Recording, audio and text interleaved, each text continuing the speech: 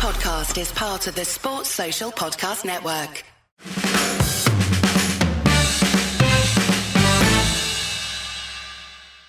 All right, backers, this is the Tactics Pod, so we thought we'd add an extra show each week, and we're going to do this with Danish Iqbal, who you may have seen on Twitter. Does great breakdowns of tactics and focuses on United. Danish, how's it going? Tell us about yourself.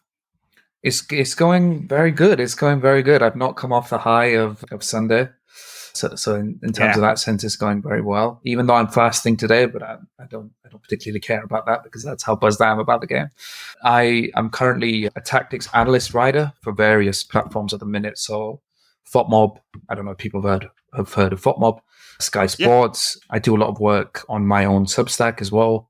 It'll be on my Twitter, and I'm weekly and on a daily basis watching games, rewatching games, analyzing them, figuring out what happened, figuring out why, and then figuring out the most palatable way to communicate to people. And then I also spend a portion of my time dealing with abusers who don't like tactics and who say I know nothing. Well, we also, that's Daniel laughing in the back.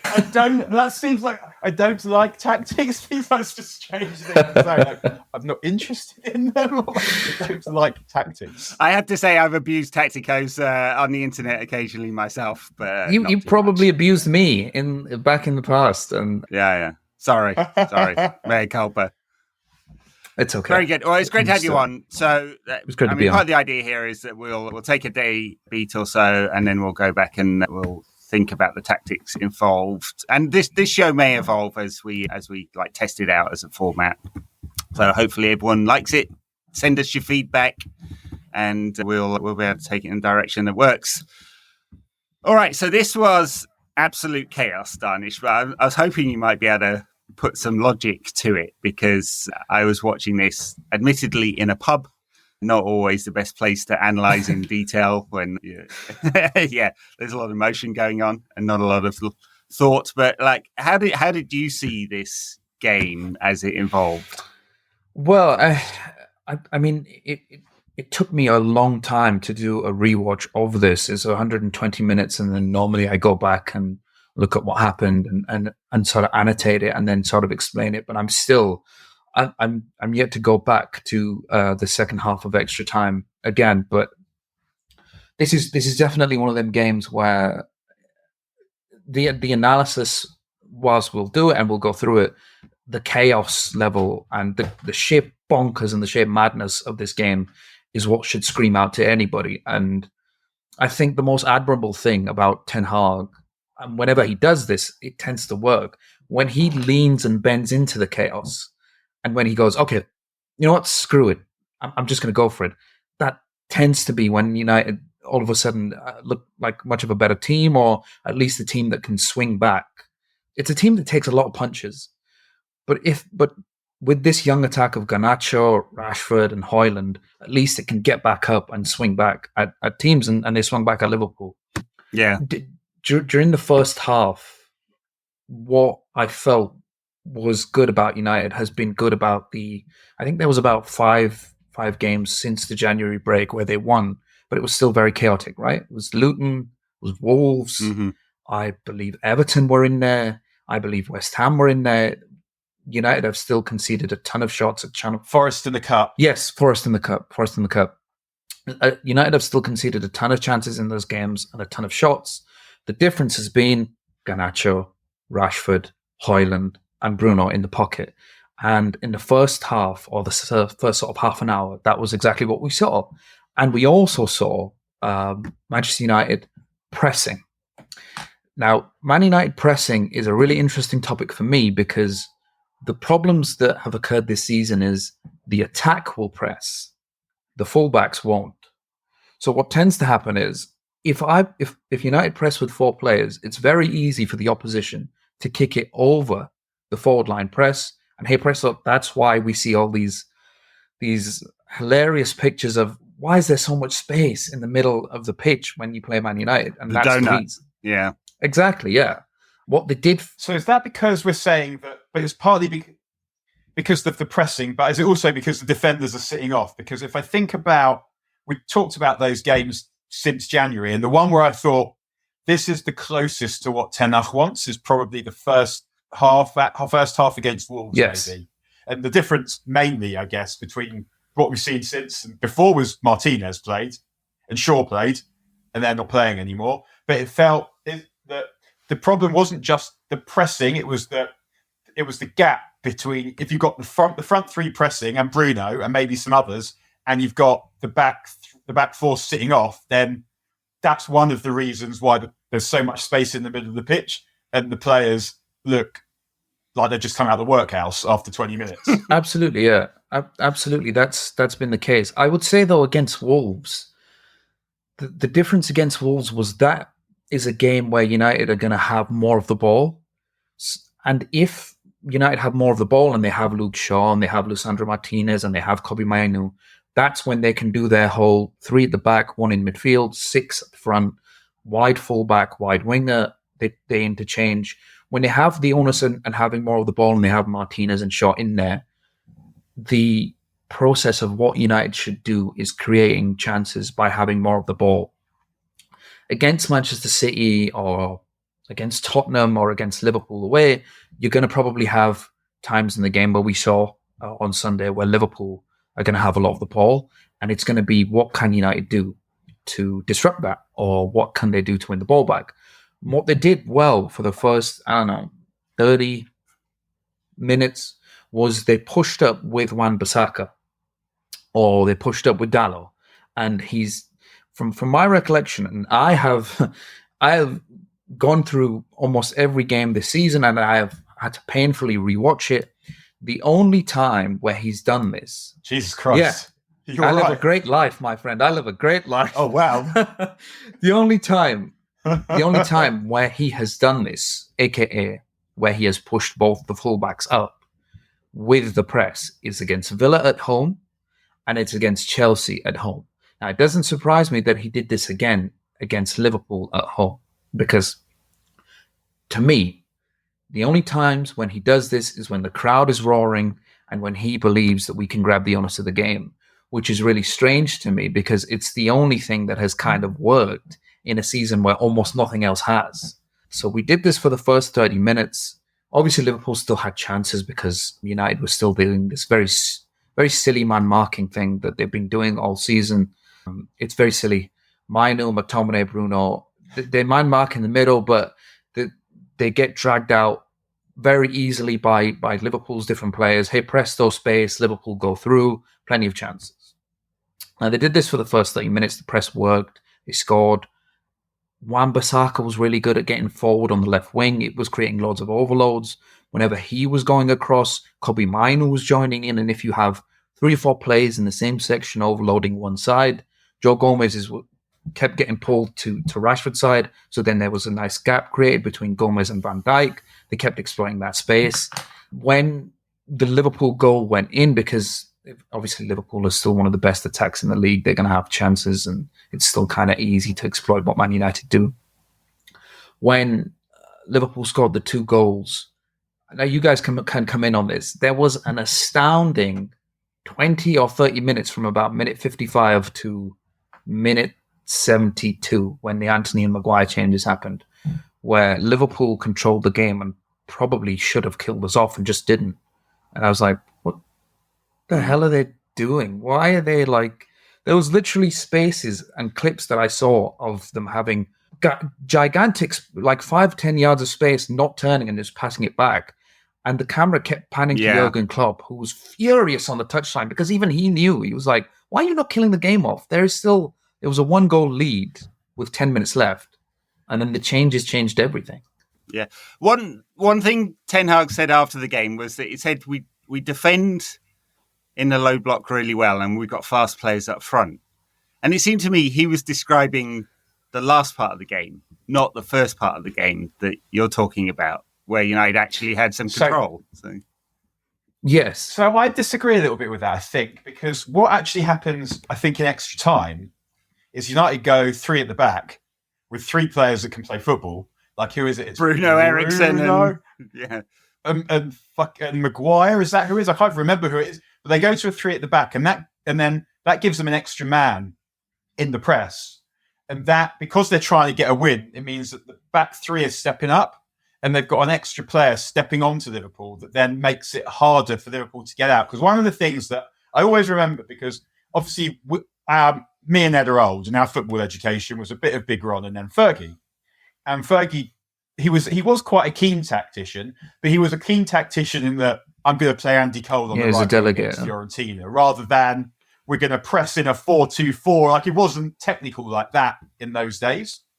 But hearing him talk about football and simplify football in a particular way was quite easy. And so you're kind of, when United are in United, the thing that he would often talk about, and you'd hear Wayne Rooney talk about it a lot when he was on Monday Night Football, was sustaining the attacks and ring fencing the opposition box. And if I was to pick one thing that I think has gone since Fergie, it's that ability to put a team under the pump and keep them there, to put a foot on the throat and squeeze. And I think one of the reasons maybe is that they're not committing enough men forward. They haven't got enough balls. They don't trust in what they're doing enough to add that extra man to the attack until they really need a goal, like against Villa at home, or a game where they think the opposition can't handle this, like Chelsea, or when United needed a goal against Liverpool. It's that ability to sustain attacks and to keep the opposition hemmed in. So what we've been seeing from United, I think, in the last decade, more or less, is sometimes good players combine to do something, but I can't remember the last time we saw an opposing team, especially a good team like Liverpool, unable to get out and a proper onslaught from United chasing a goal. And I wondered if that was because they were three at the back and there was just then an extra man, and actually Liverpool didn't have the players to get out of it. I think in extra time, obviously the Antony goal changed everything. Like even towards, I think, the last 5 minutes, we had the Rashford chance. He might have been offside, but even still, if he scored, the momentum completely swung. And it swung, I think, after the Maguire and the Antony changes. I don't think tactically too much actually changed with them on, but there's a clip that I've seen, not that I've seen, in the rewatch, where Maguire literally mouths to Dalot, he says, "Go attack." So there was only two occasions really after 77 minutes after the changes, but Dalot just pushing up a little bit more on Liverpool players, turned the ball over twice, and from that, momentum just sort of swung in the last 10 minutes, and then United could eventually get the Antony goal. I'm glad that you mentioned extra time, because we do need to dissect the fact that he just kept that absolutely balmy. I think it was a 3-2-3-2. It was Maguire, it was Dalot, it was Lindelof, Fernandes as a quarterback, Eriksen just ahead of him, and then three. Yeah. I think Lindelof's off by now. Oh, when yeah. did Lindelof go off? I can't remember. He was there for a little bit at the back three, wasn't he? And then, yeah. I think Ram came off with Diallo.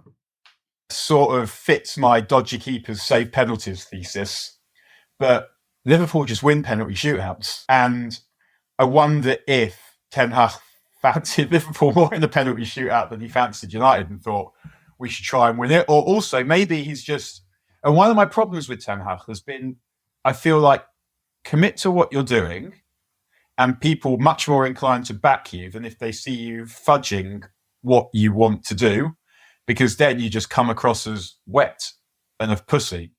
Whereas if United had just like miseried out extra time, no one scored, it'd been your classic period of extra time and lost on penalties, then it would have been dreadful. Whereas United tried to win the game. If they hadn't have scored and they'd lost on penalties, it would still have been a home loss on penalties for Liverpool in the quarterfinal of the FA Cup. It would have been disgusting, but there would have been at least, okay, like that last 45 minutes, the last 15, the last 20 of the game, and then the last half hour, you'd be thinking, okay, there's something to build on here, because they actually showed some bottle when it got tight. And that is not something that we've seen very much of. It's what I think about a lot this season. United have lost 16 times, and so many of them are like really, really meek, aren't they? And I kind of feel like there'd be a lot more, like if United had been going for it, like the first 30 minutes of this game, or had, attempted to have some control, or even going for it in a totally chaotic manner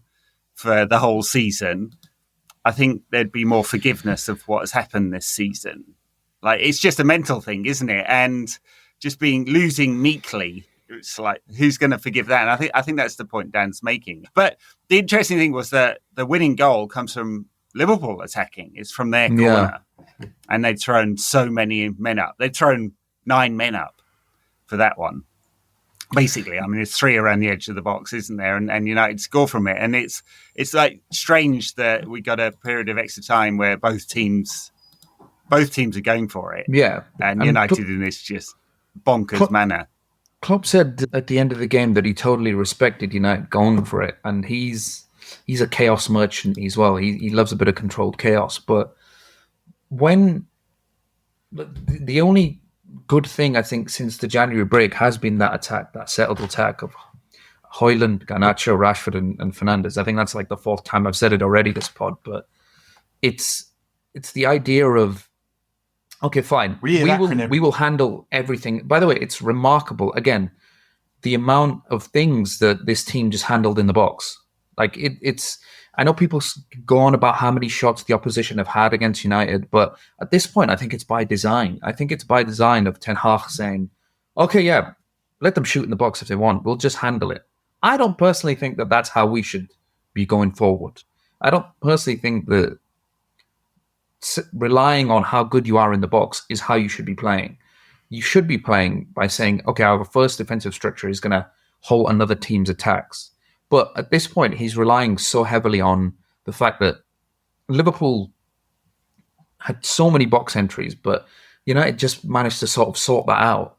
In, I think, the second half of extra time, when we talked about Lindelof going off and Mason Mount coming on. So then it was, I think Bruno was part of the 3 at the back. But one aspect that was really interesting whilst they sort of leaned into the chaos was the amount of headers they relied on from Harry Maguire to just deal with absolutely everything in terms of in the air. So like in the second half of extra time and in the first half of extra time, whenever Liverpool went long, the amount of headers Maguire did to just get the ball back up the pitch was astounding, really. But you spoke earlier about United and the chaos and the attacks and stuff. It's like I said earlier, whenever he leans into the chaos and whenever he just says, screw it, we'll go punch for punch, you are risking a lot because the defense gives up a lot of shots, but you'll strike back as well. And the plan in extra time was not like there wasn't really a route to goal. It was mainly just keep getting it out to Garnacho. Just keep getting it out to Garnacho. He will run at his man and he'll do either one of 2 things. He'll get a cross in or he'll cut it back, and then that's how we can go from there. I think Rashford's equaliser was exceptionally important because he was threatening throughout the whole game, Rashford. But I feel as though going forward, if Ten Hag is going to continue being manager at United, it is important to get Rashford back on side and get his confidence back. There's still an elite player in there for me. I know a lot of fans don't like him, but he was a constant threat against Liverpool, and this attack will continue to be a constant threat on transition, on counters. Yeah. I feel similarly about Rashford to how I do about Ten Hag, where I would definitely countenance getting rid of both of them this summer. Rashford, if the money was right. But at the same time, the circumstances that have conspired against them make me feel like I'd love to see Rashford in a good team before we get rid. The reason why I think about selling Rashford this summer is because it would likely be a one-time only deal, and you end up being stuck with him on massive wages for another 4 years otherwise. But to go back to the thing about Klopp and controlling the chaos, yes. How does Klopp control the chaos? Because it doesn't feel like United do. Mm-hmm.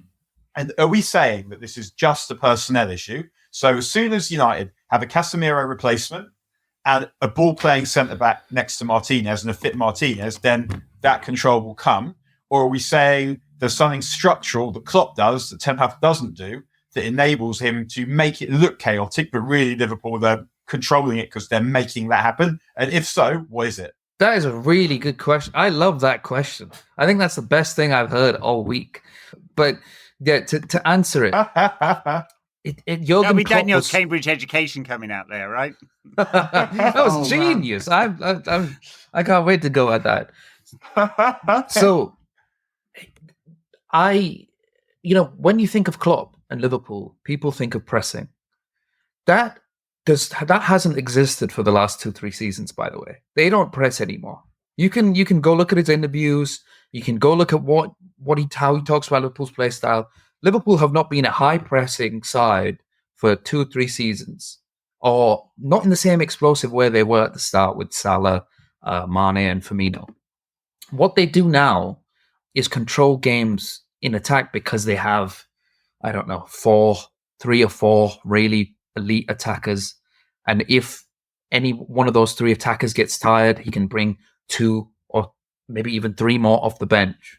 So they control games with their attack because they will normally score 2 or 3 from the attacks that they fashion. Just because they have elite players in defense, they have elite players up front, and they have some elite players in midfield. United's attack isn't quite elite. It's more, it's going to get there. There's 2 players in the attack, Højlund and Garnacho, that you can build on, but they're not there yet. So it's an attack that's going to get there that is only just about learning how to score goals now. Remember, there was that whole big issue at the start of the first half of the season where we had less. I think we've only just gotten past a 0 goal difference, and we were scoring less goals than Luton Town, and I think we've only just about scored more goals than Nottingham Forest now. That's just because now the attack is learning how to score goals together and is learning how to fashion attacks together. The attack is better on transition and on counters. United as a team yet don't know how to control games, and they haven't known how to control games for a long time. They've only known how to control games under Ten Hag last season against mid-table opposition. I thought the point was this season was to build on that and control games against mid-table opposition, but hone that craft and start to do it against the bigger teams. What has actually happened is he's ran into more problems this season while still dealing with the problems of last. So he's finding it harder to break down teams of mid-table opposition, mainly because we have injuries all the time and there's players coming on and off the injury table. And against the big teams, he is relying on the transitions. So in order for United to control games more and attack, there needs to be a Casemiro replacement. You need to work more on the in-possession stuff. You need to work more on the 3-1-6 stuff. And you need to keep building. Again, I'll say it. I don't know, for the 5th, 6th time on this pod, you need to keep building behind this attack that is learning how to score goals more frequently. And if they have a season together, they will score goals week in, week out. And then you can start to learn how to control games. Have you seen Nice at all this season? And I ask this because I'm still trying to get a sense of what it is they want, the new management team, because in all of Ratcliffe's interviews when United took over, he said the same thing over and over again, which is we'll pick a club style and we'll choose a manager that fits into that, and we'll get the right structure around them. So we've got CEO, football director will get done at some point. I'm not sure what will happen with Murta and the recruitment team. But there's rumours about that. But they're going to pick a club style. And so do we have a sense of whether Ten Hag fits that? While talking about the problems that Ten Hag's going to solve, I kind of think we ought to take one step back and go, is he actually the kind of manager they'd want in the first place? Because if he's not, he's a dead man walking and they're just going to replace him. But is he an Ineos style coach? Do we know? There is that aspect. Your style coach. Does he like tea Rees? Did he like tea leaves, did you say? Tea Rees. I mean, there is that aspect, but there's also the aspect of Ineos have never taken over a club this big. That they've changed managers under Nice. I really like Nice's coach this year. He's worked, I think, frequently under De Zerbi, and he's a very, very good coach.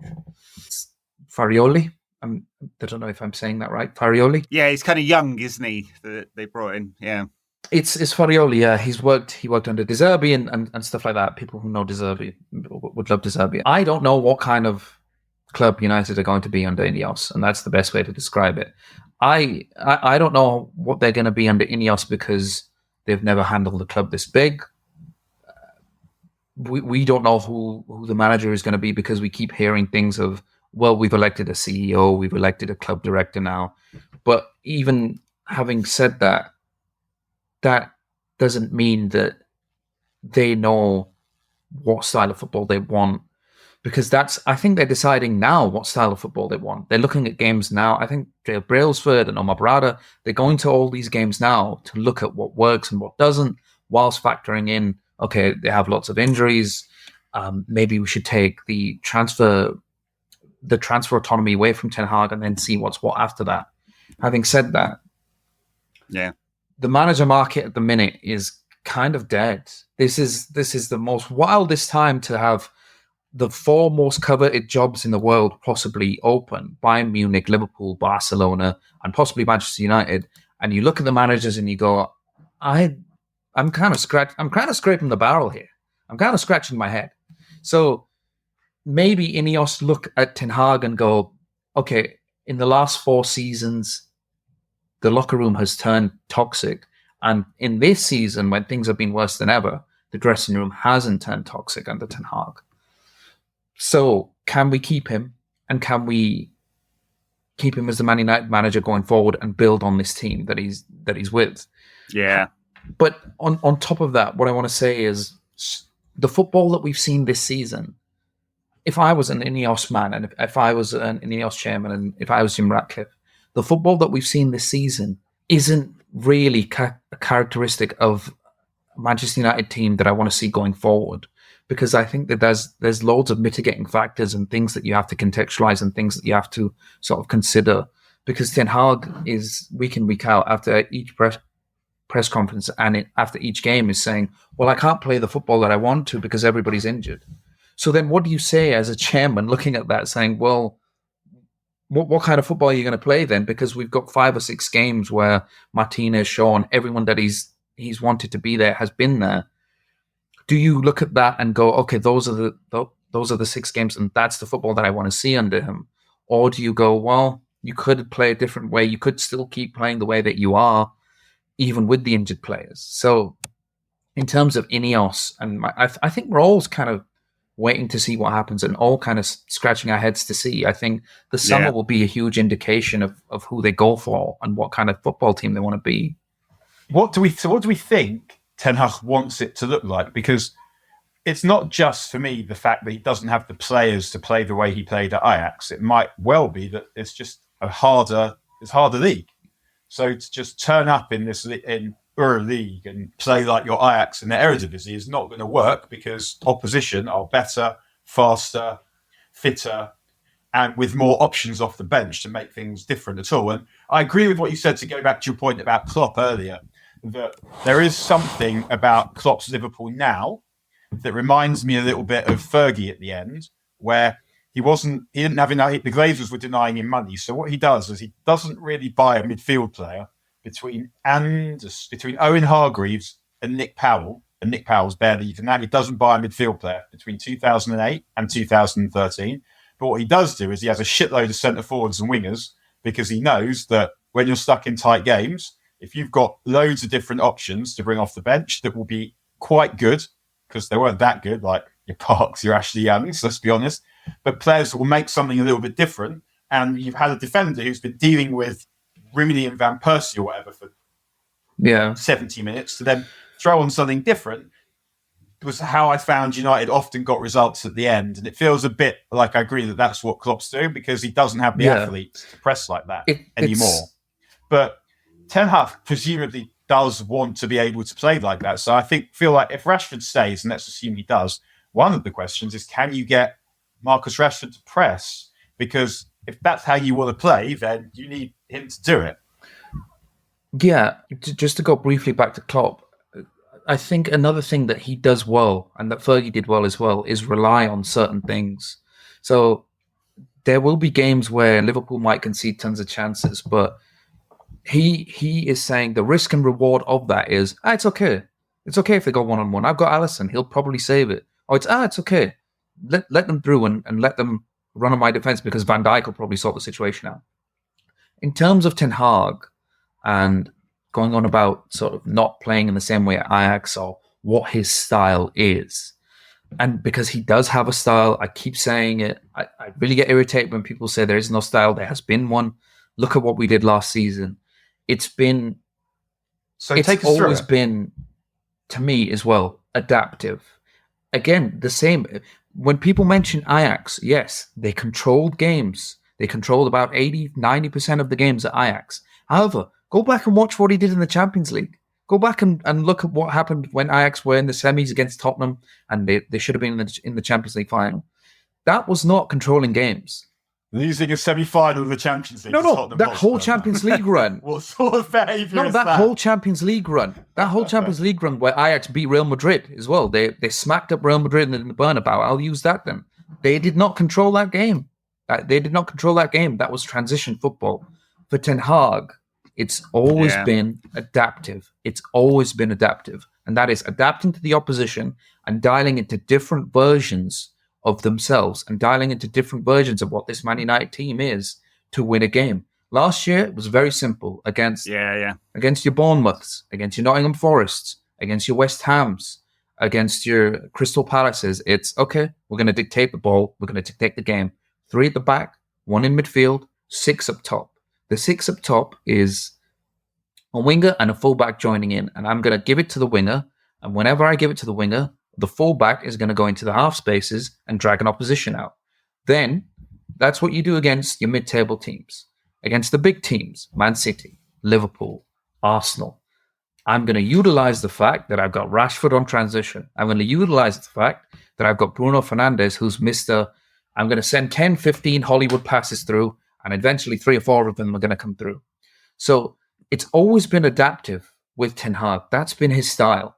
I think the point was to work more on controlling games in possession, but he scrapped it this season because everybody's injured. The pragmaticness that he keeps pointing to, it's pragmatic, but it's some of the most ridiculous football I've seen Manchester United play because it was hoofball. It kept being hoofball. There was no... That wasn't even pragmatic. It was literally, we're going to go for long balls and then hope that one of my players magically make something happen. And what randomly did happen was a lot of plays did make stuff happen. Dalot scored from 40 yards. Garnacho scored a beautiful 40-yard overhead kick. Bruno Fernandes saved United a couple of times. That's not sustainable. But going forward again, what we will see, I think, if Ten Hag is the coach, we'll keep seeing that adaptive style. Transitions, controlling the ball. It's not either or. It's both depending on the opposition. So how do you control the ball? Sorry, go on. But is controlling the ball just you get better players, or or when he has better players, the things he'll ask them to do will be different? And to come back quickly also to a point that I'll throw in here as well, you talked about the winger keeping the wide player keeping the fullback inverting. To me, with the wide players United had, especially when it's Anthony and Rashford, that was the wrong way around.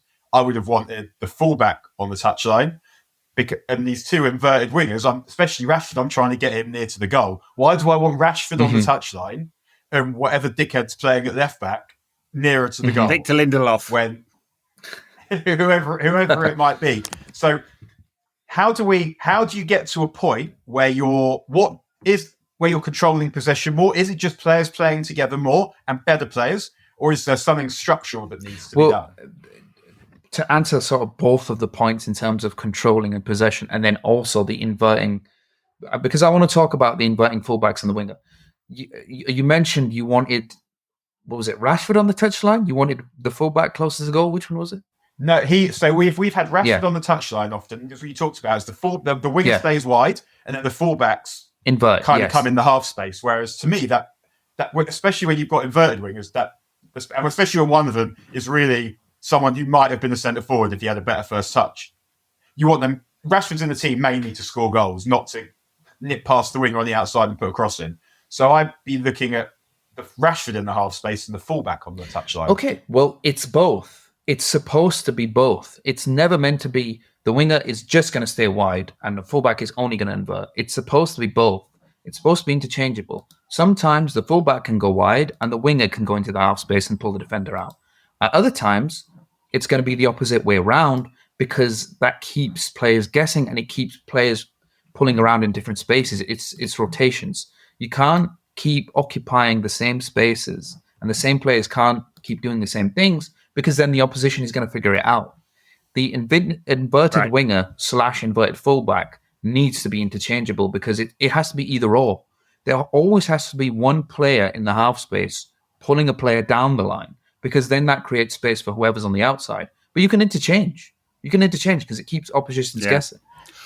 So one of the things I think has been better about United recently and why they look more potent is the balance, though, because now that you've got Garnacho, a proper attacking player who's playing on his natural side, and especially when we had Shaw on the left, then all of a sudden you're able to make the pitch as wide as possible if That's you want the whole to, point, yes. because you've got two players that are happy going down the outside. And I never like the way it worked. The reason it worked for Liverpool when they had two inverted wingers was, number one, just how good they were, plus the quantity of goals that they scored, but also because they had fullbacks who were good enough to do the job of wingers.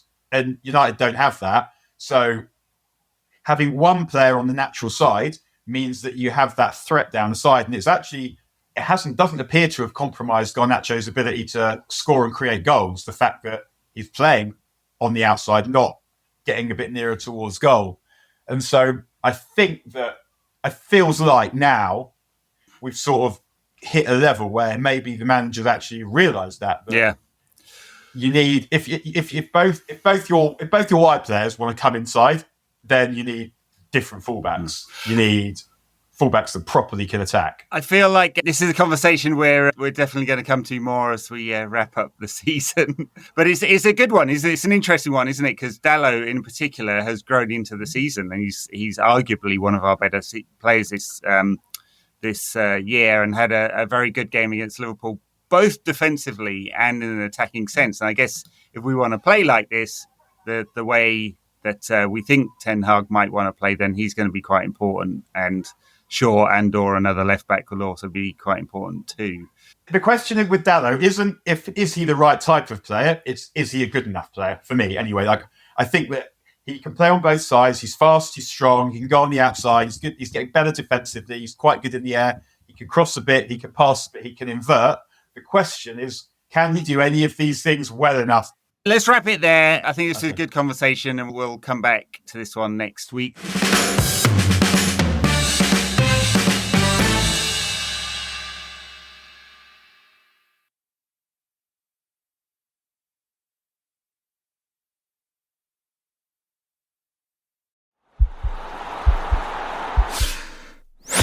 This podcast is part of the Sports Social Podcast Network.